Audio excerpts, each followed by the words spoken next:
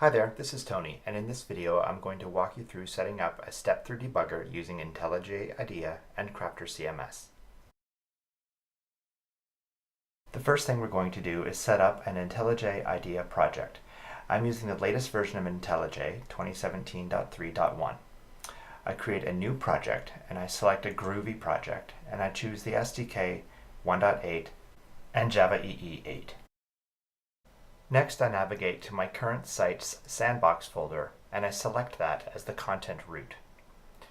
Then, I give my project a name and click Finish when done.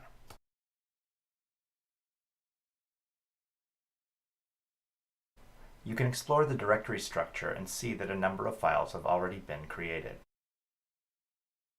One of the files automatically created is the source folder. We don't need this one, so we're going to delete it. Now we're going to add a git ignore file so that we can ignore files that we don't want to see.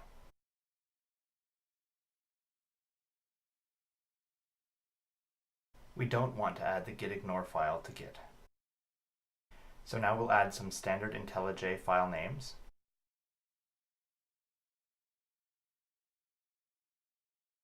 And now we'll double check to make sure that our files aren't showing up.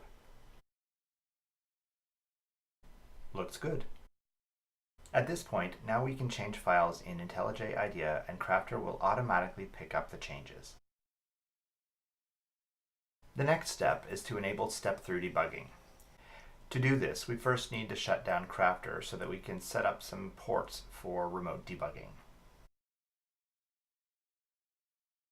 We're going to edit the Tomcat environment settings to set the appropriate ports.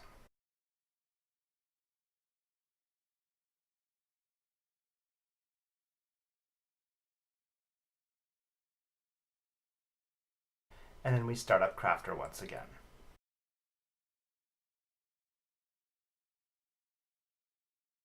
Once Crafter is running, we're going to head back to IntelliJ, where we're going to configure the debug session. From the Run menu, choose Debug. When you edit your configuration, add a new entry, and be sure to select the Remote option. Once there, change the port to make sure that it matches what we set in the Tomcat environment file. Give your session a name, and then click Apply and Close when you're done.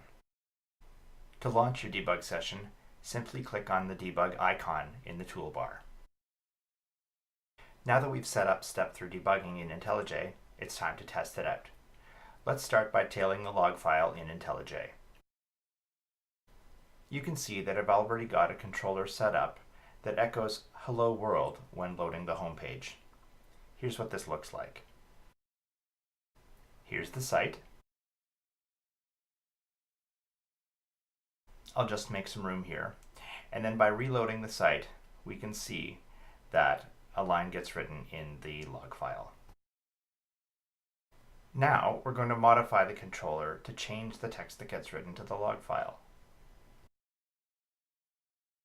And now when we reload the page, we see that different text appears in the log. So Crafter picked that up right away. Both Git and IntelliJ also picked up this change. If you look at the version control tab, we can actually see that it's been highlighted here. And when we view the differences, IntelliJ gives us a visual diff of what has been modified. Now we'll add a breakpoint right here.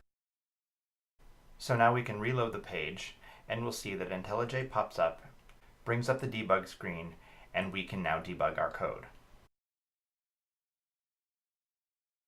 Once we've found the problem and fixed it, we can resume normal operations. Let's take a look at that one more time.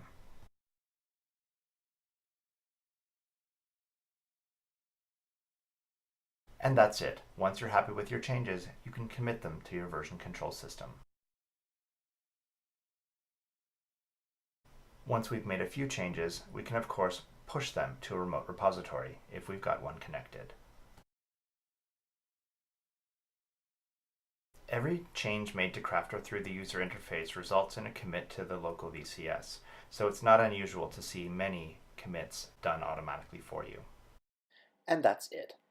For a detailed walkthrough of these instructions, check out Crafter's blog from August 30th, 2017, entitled Work your own way with Crafter CMS, Series Part 1, Step-through Debugging. We followed these instructions verbatim when creating this video. Good luck!